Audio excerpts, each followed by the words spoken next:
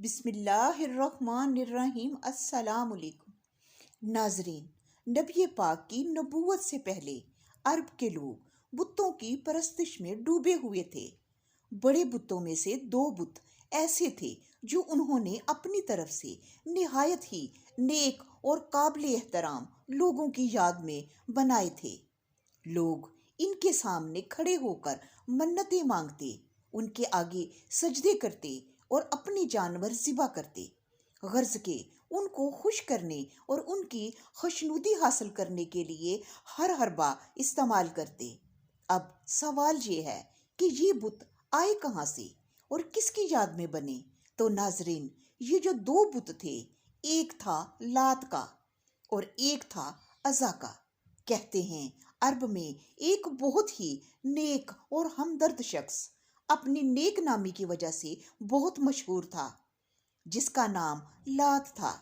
صحیح بخاری کی حدیث نمبر 4859 میں حضرت ابن عباس رضی اللہ تعالی عنہ فرماتے ہیں کہ لوگ دور دور سے خانہ کعبہ آتے تھے اور یہ لات ایسا شخص تھا، تمام آنے والے حاجیوں کو ستو گھول گھول کر پلایا کرتا تھا۔ اسی زمانے میں عزا نامی ایک نیک اور نہایت شریف لڑکی تھی۔ عزا کے بارے میں یہ مشہور تھا، نعوذ باللہ، لوگ کہتے تھے کہ یہ اللہ کی بیٹی ہے، کیونکہ وہ طائف والوں کو ایک صدیوں سے ویران گھر سے ملی تھی۔ اس کے والدین نہ تھے۔ جب وہ جوان ہو گئی تو جو کوئی بھی اسے بری نظر سے دیکھتا تو وہ کسی نہ کسی بیماری میں مبتلا ہو جاتا۔ یہ سب دیکھ کر مکہ اور طائف کے سردار اکٹھے ہوئے اور سب سرداروں نے یہ فیصلہ کیا کہ لات اور عزا کی شادی کر دی جائے۔ چنانچہ ایسے ہی ہوا، لات اور عزا کی شادی کر دی گئی، جس کے بعد وہ اپنی شادی کی پہلی رات کے لیے کمرے میں گئے، لیکن اس کے بعد وہ لوگوں کو نظر نہ آئے۔ لات کے چاہنے والے یہ کہتے رہ گئے کہ اللہ والے تھے، دنیا سے کنارہ کشی اختیار کر لی۔ لیکن ناظرین، عزا کوئی نیک لڑکی نہیں تھی، بلکہ بے پناہ شیطانی طاقتوں کی مالک ایک چڑیل تھی۔ اس نیک انسان لات کے ساتھ کیا معاملہ ہوا واللہ عالم۔ البتہ دنیا کی نظر میں تو عزا بہت نیک، پرہیزگار اور شریف لڑکی تھی۔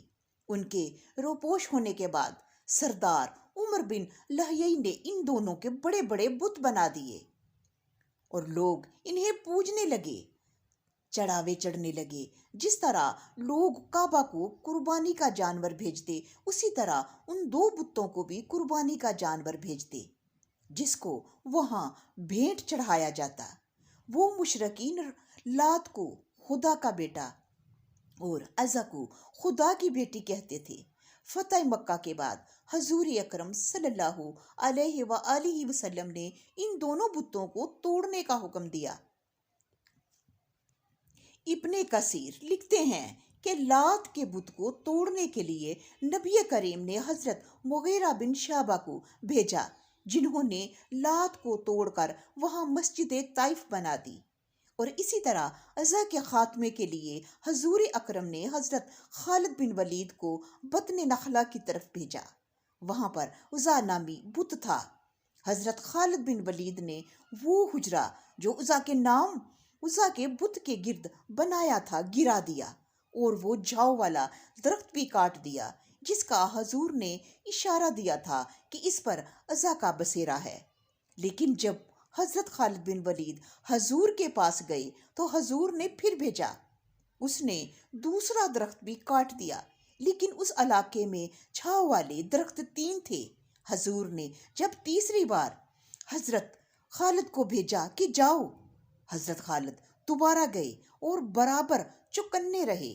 جب مجاور نے حضرت خالد کو دیکھا تو عزا عزا کہہ کر زور زور سے پکارا، اسے حضرت خالد کے آنے کی اطلاع کی۔ یکایک حضرت خالد کے سامنے سیاہ کالے رنگ کی بے ڈھنگی، برہنہ اور بکھرے ہوئے بالوں والی عورت دانت پیستی ہوئی نمودار ہوئی۔ پھر حضرت خالد نے اس کی طرف تلوار چلائی اور چند لمحوں میں اسے ختم کر دیا۔ مرتے ہی اس کی لاش کو آگ لگ گئی۔ شیطانوں کو اور کفر کو نابود کرنے والے میرے پیارے نبی اور ان کے شیر دل صحابہ پر لاکھوں کروڑوں درود و سلام۔ پھر ملاقات ہوگی۔ اللہ نگہبان۔